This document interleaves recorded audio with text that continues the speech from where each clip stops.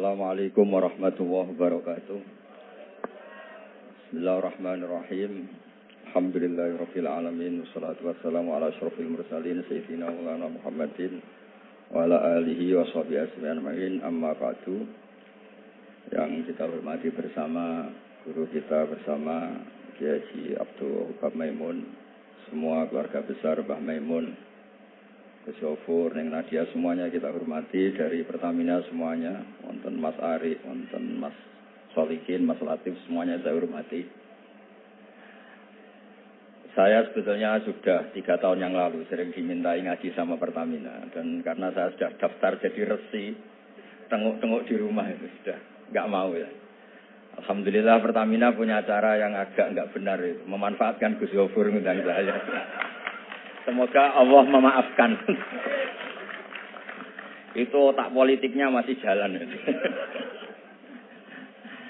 Tapi alhamdulillah semoga ini kesalahan yang dimaafkan Allah Subhanahu wa taala. Karena politik itu penting. Dulu itu ada orang berdoa di depan makam Rasulullah sallallahu alaihi wasallam.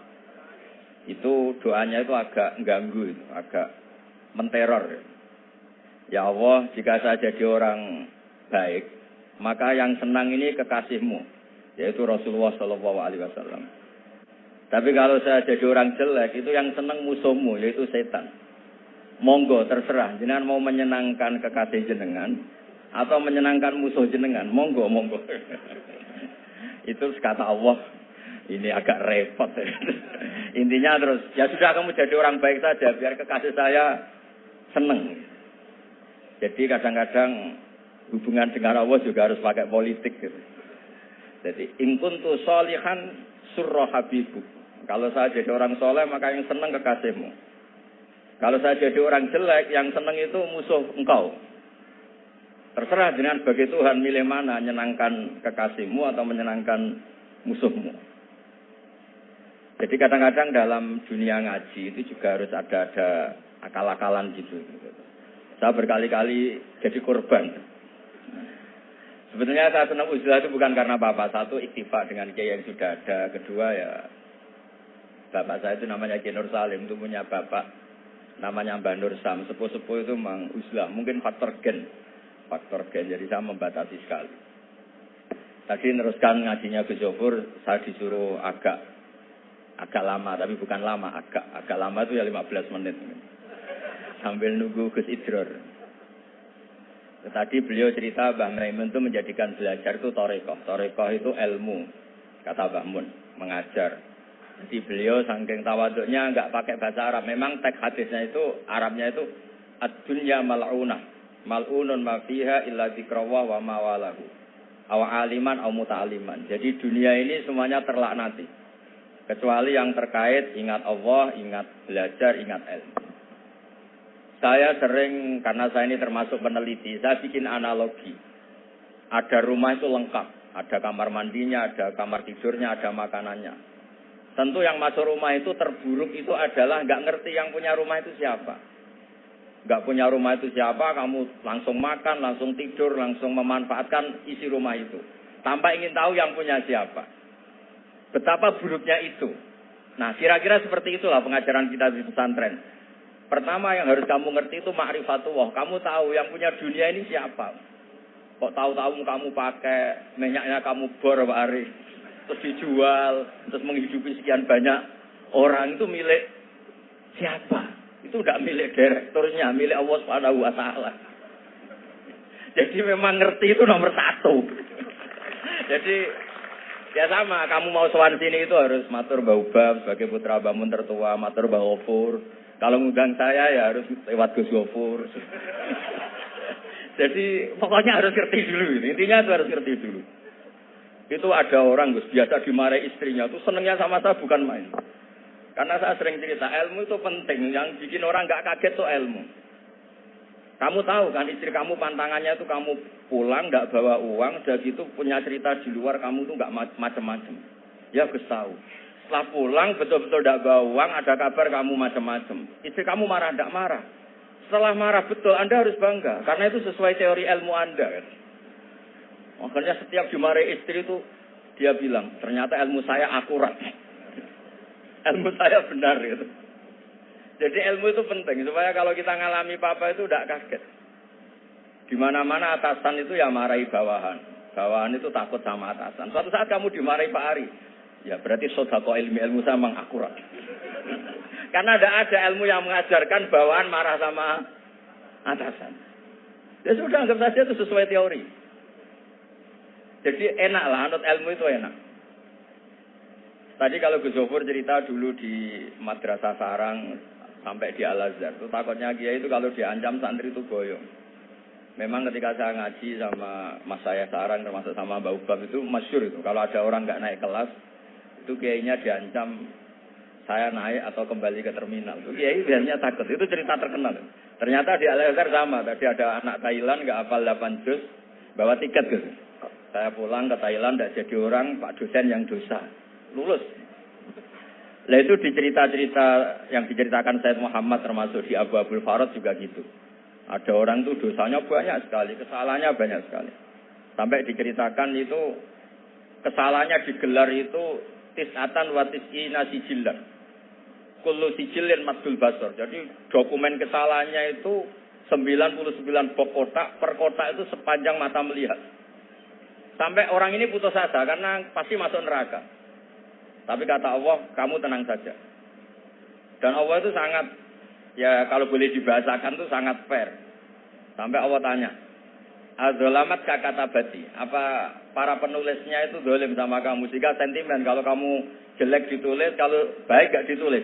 Tidak, Gusti, memang tak salah betul. Jadi di antara pertanyaannya Allah itu Adzolamat kakatabati. Akhirnya terus sampai itu nyata salah, terus kata Allah, la zulma alaikal yaum. Kamu tenang saja, kamu punya satu kebaikan. Terus Allah mengeluarkan satu kotak kecil. Terus kata orang itu, sudah Gusti, gak usah, gak penting. Masa 99 box dilawan kotak kecil. Tapi di situ isinya itu kalimat la ilaha illallah Muhammadur Rasulullah. Ketika malaikat disuruh nimbang sama, coba timbang kesalahan yang sebanyak itu dengan hadil kalimat. Fatosat as-sijillat. Ternyata yang menang itu kalimat la ilaha illallah, yang ini salah. Enggak diabaikan. Itu terus kata hadis terakhir, fala yaskulu ma'asmillahi ta'ala sayun. Dibanding kalimat ini semuanya itu enggak ada artinya. Karena kira-kira logikanya gini, malaikat bisa diteror sama Allah. Kamu berani ngabaikan nama saya. Jadi kalau saya dipanggil orang 1000, terus satu Gus Zofur, itu milik Gus Zofur. Kamu berani mengabaikan putra Mbah Maimun, kan saya enggak berani. Jadi kira-kira gitu. Malaikat ditanya sama Allah, kamu berani mengabaikan kalimat la ilaha illallah? Ya tidak berani, Gusti. Ya sudah, menangkan. Jadi intinya itu penting sekali kalimat-kalimat thayyibah la ilaha illallah Muhammadur Rasulullah. Sujud tadi yang diajarkan Gus Zofur. Apalagi tahajud, terus dilihat anak, karena seneng sekali. Ternyata bapak saya ahli tahajud. Kalau nggak dilihat ya diceritakan Gus sebagainya. Tapi apapun itu supaya analogi, agama itu dimulai diantaranya selain Quran, hadis, ijma itu qiyas. Qiyas itu analogi. Ya kayak tadi, kamu masuk rumah, di situ semuanya lengkap, fasilitas lengkap. Kamu pakai aja tanpa terlintas tahu yang punya itu siapa, yang mengizinkan itu siapa. Betapa buruknya. Sama betapa buruknya kita nikmati alam raya ini kemudian tidak tahu yang punya siapa. Nah, mengerti itu disebut ma'rifatullah. Jika orang yang tidak ngerti itu termasuk dalam riwayat tadi, ad-dunya mal'unatun mal'unun ma fiha illa zikrawah wa mawalahu aw aliman aw muta'aliman. Gene niku ngoten mawon nak kata-kata sing bingung mboten kula tok, jenengan luwih bingung. Mergo napa nggih repot kabeh. Ilmu nak kakean repot. Kula mawon repot malah jenengan repot. Soale tak janjeni swarga ngoten mawon kersane seneng. Mau jare Gus Zofur ngoten. Ado-ado Semarang rene numpak bis mbuh hadis man salaka tariqan yaltami sufi ilman sahalallahu lahu tariqan apa ilal jannah. Jadi pokoke ngaji teng adat pesantren wis pokoke sing seneng mboten ngancam-ngancam wis. Wong ni wasiate bapak kula. Bapak kula sering cerita, wong ning omah diamuk bojone utange akeh, ning tempat ngaji diancam neraka. Dadi ning omah diancam ning tempat ngaji. Jadi minjana mila jahanam. Kata bapak saya, pokoke ngaji ku sing seneng. Alhamdulillah, guru saya juga guru bapak saya, Mbah Maimun tuh kalau ngaji ya guyon itu. Sampai pernah beliau cerita, Aku tahu disalahno wong ngaji kok guyon terus. Dewe bangun lucu. Mergo aku wis iso maca, cara rapati iso ya ora iso guyon, mergo wis meruntus roh kitab itu. Kok pikir terkipe piye wis meruntus. Ora kober apa? Guyon. Super nampun ahli kan santai mawon guyon, nak latihan kan tegar. Jadi kadang-kadang guyon itu buktekno alime, orang tertentu tapi tentu yang sekali berbangun, yang sekali berorang-orang. Nggih mboten mawon kula kepengin ki pokoke jenengan ngerti lah kenapa yang tidak malun, yang tidak terlaknati itu orang yang ngerti. Karena kamu masuk Pertamina harus tahu direkturnya siapa, prosedurnya kayak apa, masuk rumah juga gitu, nyupir juga gitu. Pertama yang harus tahu ini remnya kayak apa, semuanya harus tahu. Dan tentu di alam raya ini yang penting adalah tahu. Makanya Imam Bukhari ketika cerita babu fadilatil ilm, terus beliau mendalil qala ta'ala fa'lam annahu la ilaha illallah fabada'a bil ilmi. Kata beliau, kalimat yang menyelamatkan dunia akhirat itu la ilaha illallah Muhammad Rasulullah. Hanya kata ilmu yang bisa mendahului kalimat itu, yaitu fa'lam annahu la ilaha illallah. Jadi kalimat yang sesakral itu enggak ada kata yang mendahului kalimat itu kecuali kata ilmu, yaitu fa'lam. Kata Imam Bukhari fabada'a bil ilmi. Nggih, matur nuwun Mas Ari, matur nuwun sanget. Assalamualaikum warahmatullahi wabarakatuh.